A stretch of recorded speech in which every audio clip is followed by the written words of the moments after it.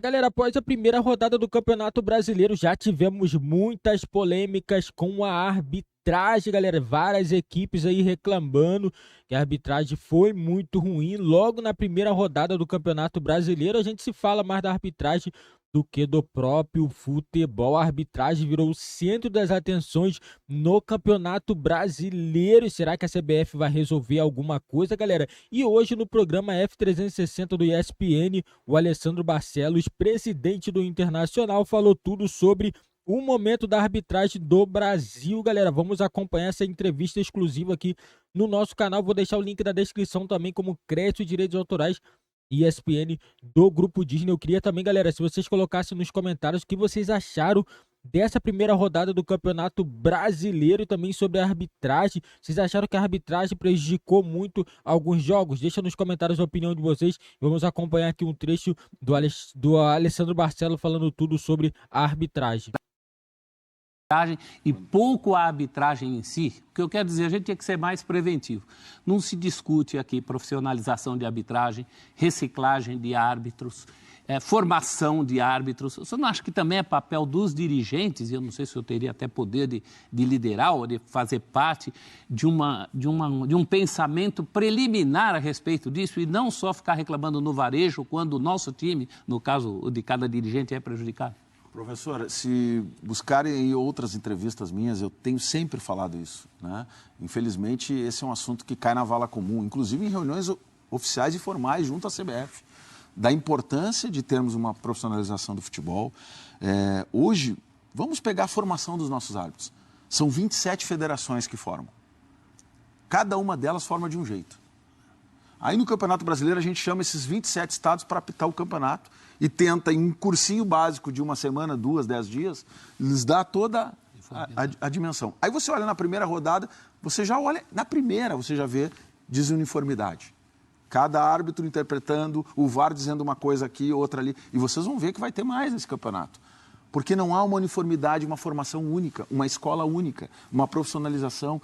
E você tem clubes que faturam mais de 1 bilhão, faturam, no caso do Internacional, 500 milhões, investimentos altíssimos. Você não tem uma parte desse recurso designado para aquele que é o principal mediador de circunstâncias dentro de um campo, que é o árbitro, para investir em formação, em profissionalização. Eu acho que a gente tem que pensar mais nisso, né? E uma coisa que também, eu sei que incomoda o torcedor, incomoda todo mundo, é o dirigente reclamar só quando perde, né? E quando ganha, e quando é... Nós somos, muitas vezes podemos ser beneficiados e outras vezes não.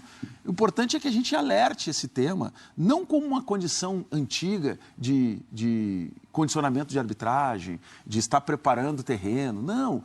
Vamos olhar para este tema como um tema importante do futebol brasileiro. E vamos enfrentar. Eu vi ontem manifestação, por exemplo, do Menin, do Atlético Mineiro, né? Eu mesmo ontem fiz questão, antes de me manifestar, de ligar para a presidente Leila para avisá-la que não se tratava de nenhum condicionamento à arbitragem, mas que é uma preocupação que eu sei que é dela também, que é do Palmeiras, que já foi em outros momentos, né? Que nós levamos até a CBF. Desculpe, presidente. Não, ela disse... Pode externar aqui.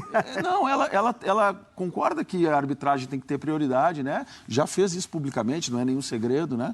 Então, nesse quesito, eu tenho certeza que os dirigentes, os clubes, eles estão preocupados com isso. Tenho certeza que a CBF também está preocupada com isso, que o presidente Edinaldo está preocupado com isso. E nós precisamos tratar desse tema como um tema paralelo a tudo que a gente já faz para o bem do futebol brasileiro, mas um tema importante.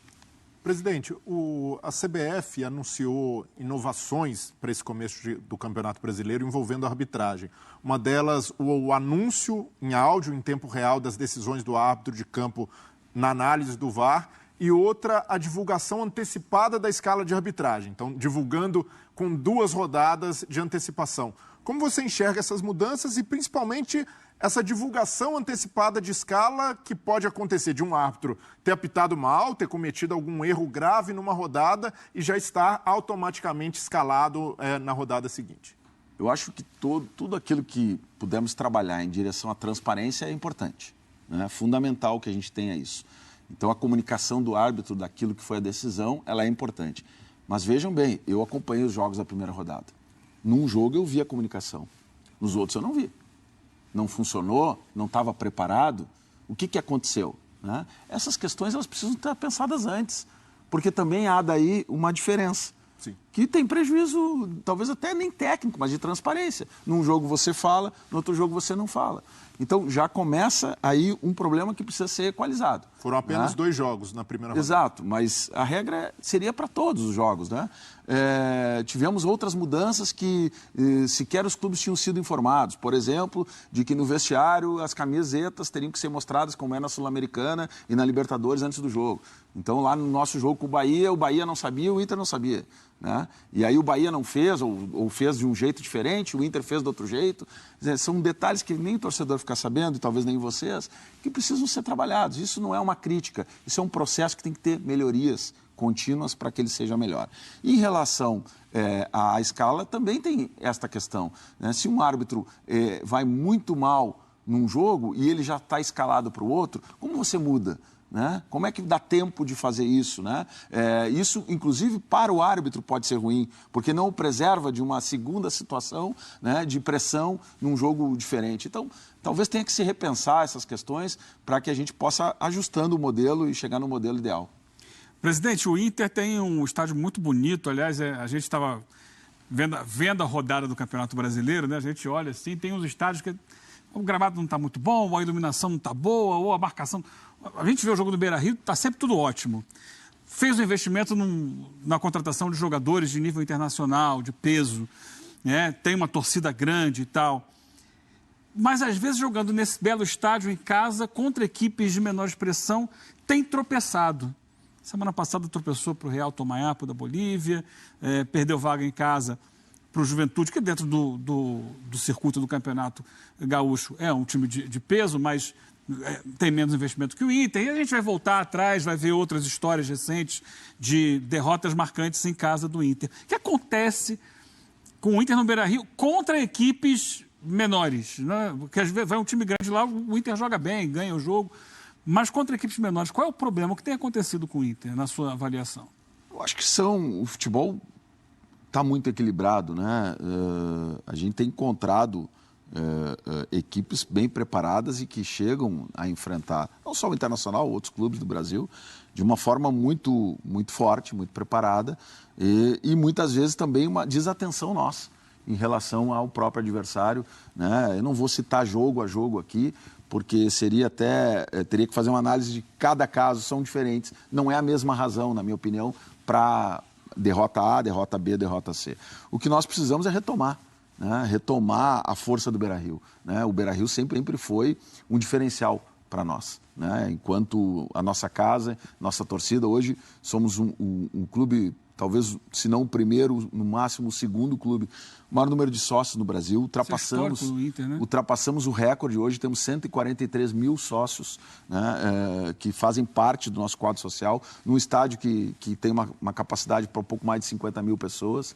Então, nós temos que cada vez mais criar esta harmonia, né, esta atmosfera do Beira-Rio, para que ele faça realmente a diferença. E isso dentro de campo também. Os jogadores, né, aqueles que estão lá dentro, entenderem a importância que é o Beira-Rio e o que significa para nós. É um processo fundamentalmente de retomada, já fazem alguns anos que o Internacional tem esta dificuldade, às vezes, em jogos que é considerado, entre aspas, mais fácil, né? E jogos que são considerados muito difíceis, nós conseguirmos fazer a diferença. Então, esse equilíbrio ele tem que ser buscado, mas isso é que vai nos dar força. Por isso também, quando a gente começa esse Campeonato Brasileiro, né, a gente tem trabalhado já desde o ano passado, né, com essa mobilização entre torcida, jogadores, comissão técnica e direção, para que o Beira-Rio se transforme realmente num diferencial, né, e possa nos trazer aí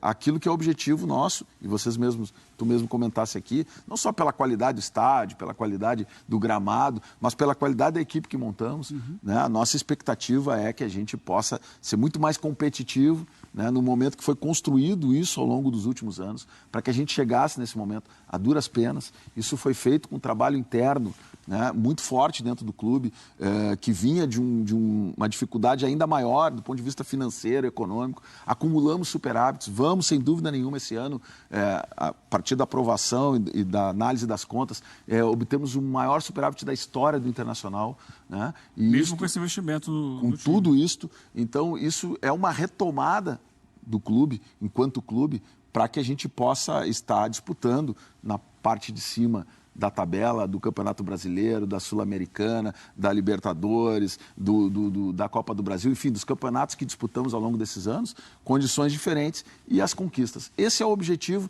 e esse é um trabalho que não é fácil. O futebol brasileiro hoje é muito competitivo. O Campeonato Brasileiro é um dos campeonatos mais difíceis do mundo, né? Só ganha um.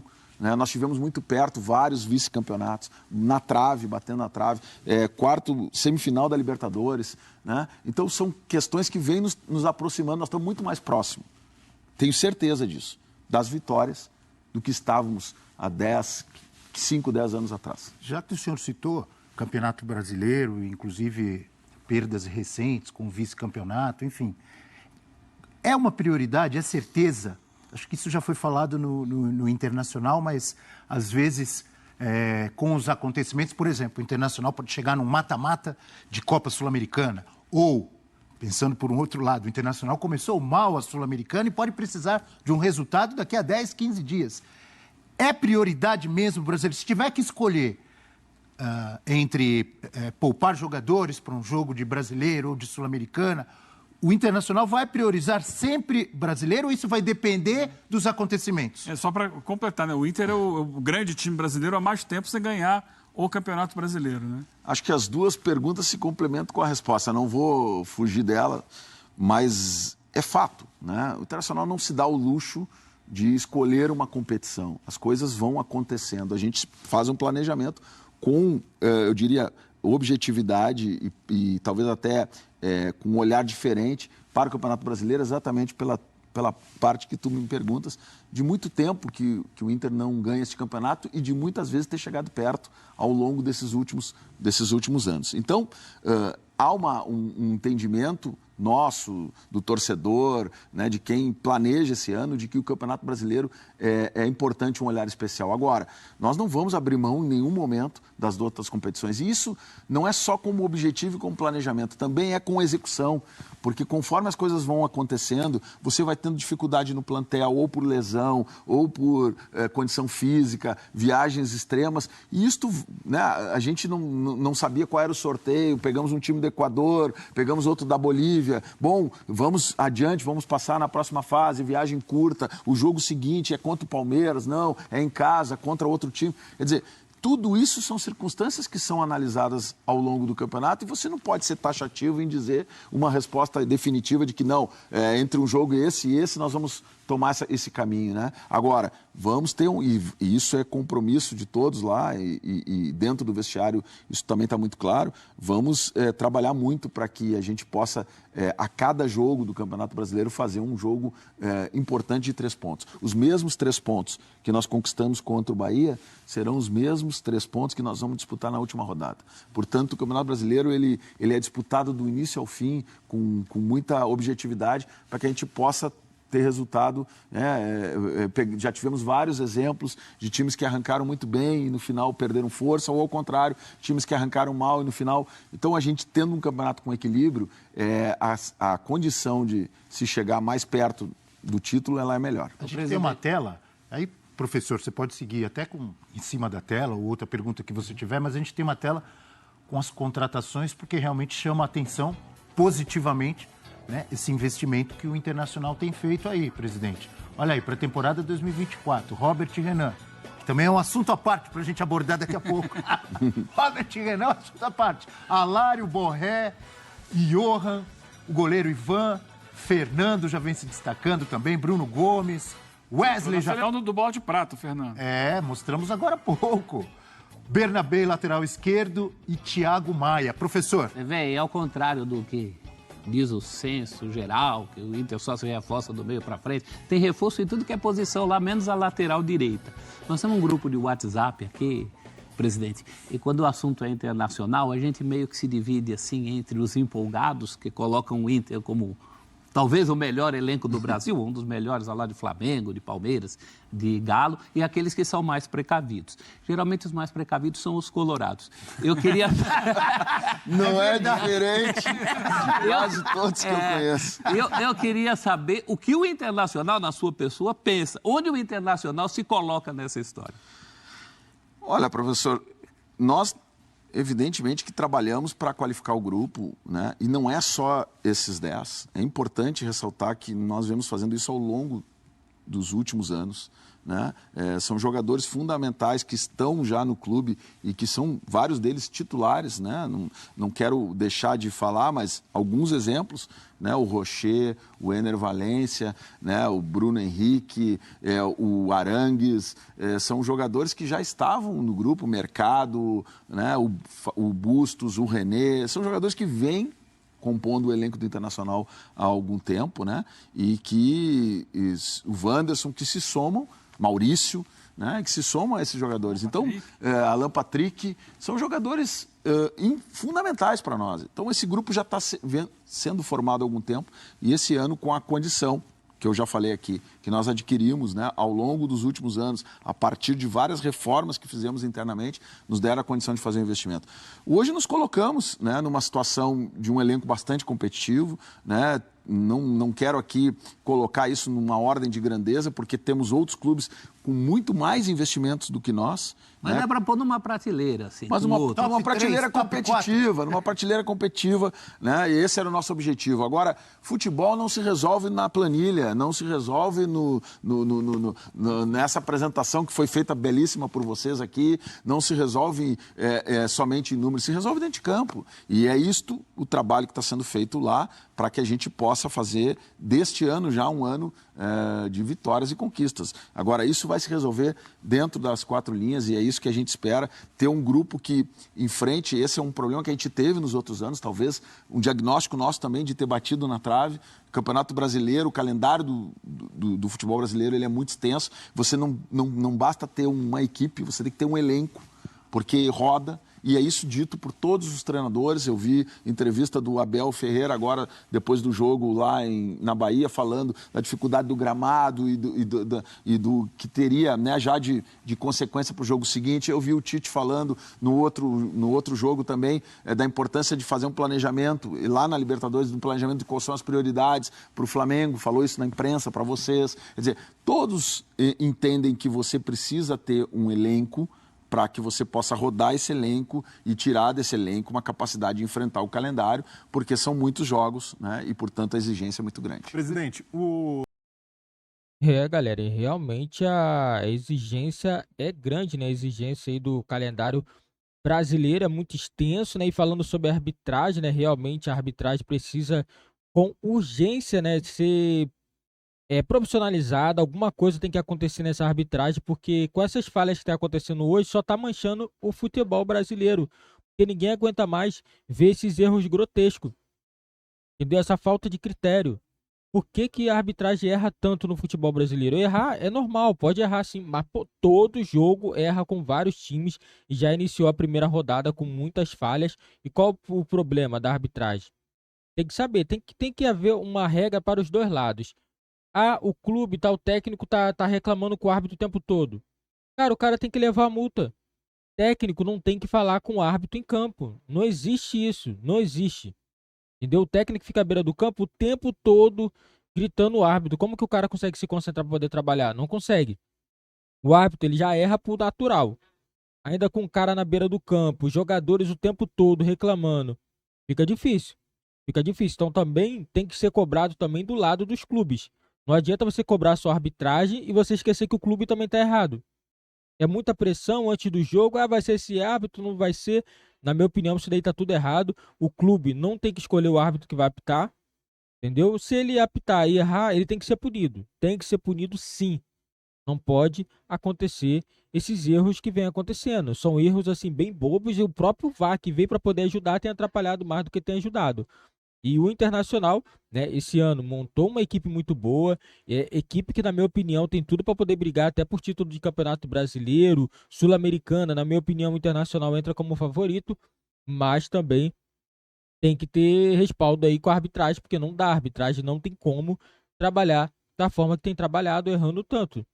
Então a gente espera que a arbitragem não seja o centro das atenções no Campeonato Brasileiro, que é um campeonato tão competitivo e tão bom, né, para todo jogo ter que tirar tempo para poder falar somente de arbitragem. Né? Isso daí, na minha opinião, é inaceitável. Não tem como aceitar isso. E a CBF, na minha opinião, parece que está largada as traças, né? Parece que não tem ninguém na CBF para poder estar resolvendo esses problemas que acontecem com a arbitragem no futebol brasileiro. E deixa nos comentários a opinião de vocês, o que vocês estão achando da arbitragem do futebol brasileiro e também dessa primeira rodada que tivemos aí muitos erros e muitas reclamações por parte de várias equipes aí que jogaram a primeira rodada do Campeonato Brasileiro.